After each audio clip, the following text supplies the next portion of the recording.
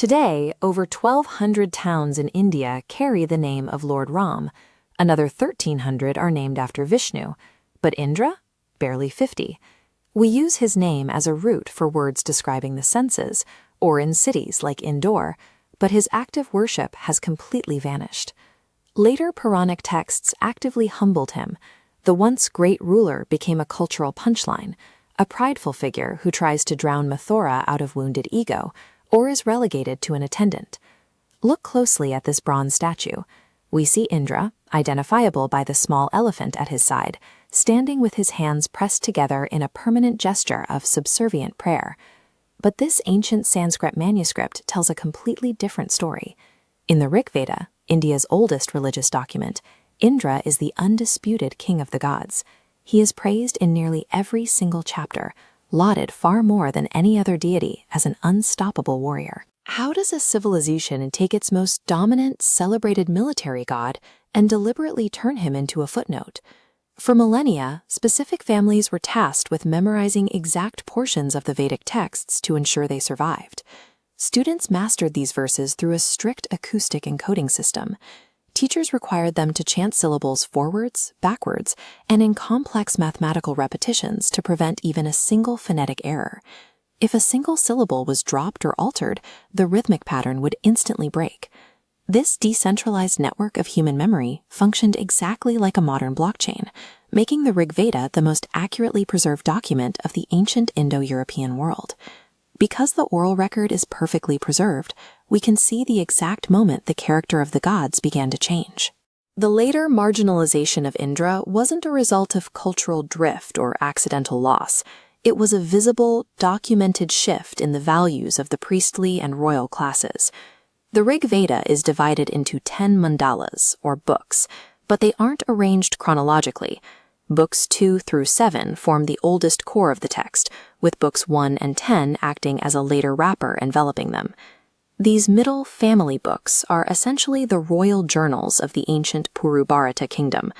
Authored by elite sage lineages like the Vashistas, Vishwamitras, and Bharadwajas, they record a time when Indra acted as a literal divine general for tribal kings, protecting chariots and scattering enemy tribes along the rivers.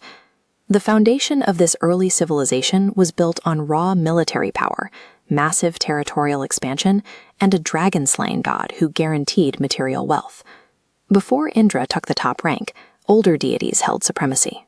Gods like Varuna acted as a silent, passive judge who carefully watched over cosmic law and moral order.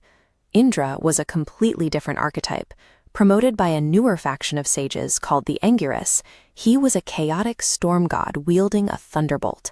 He was an active disruptor who crushed fortresses and demanded expansion. This created an intense ideological clash. The older, conservative sages preferred a pacifistic, stable universe, while the Anguirus faction demanded aggressive growth. Indra's sudden rise to the top of the pantheon reflects a culture where the storm of conquest had become more vital than the quiet maintenance of the status quo. As the civilization secured its borders, it began absorbing different cultures.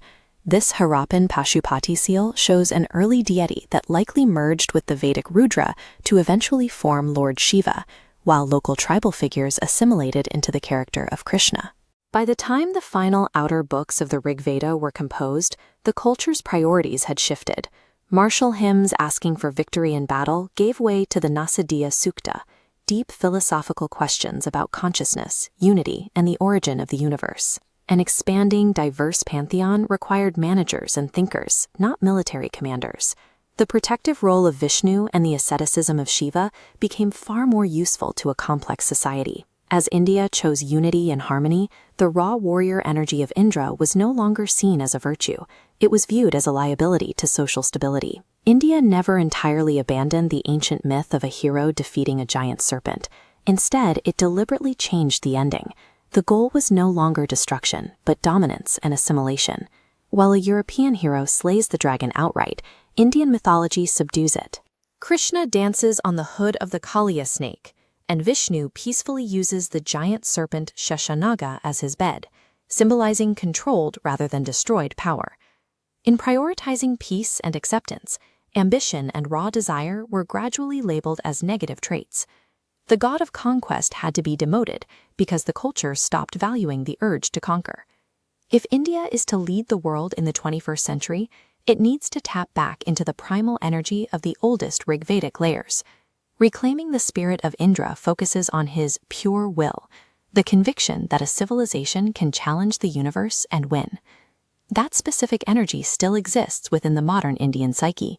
It is the urge to build, to fiercely compete, and to dominate. In the transition from the warrior god to the philosopher king, the raw ambition for material greatness was largely set aside. Rediscovering that voice means seeing desire not as a distraction, but as the noble fuel of a rising civilization.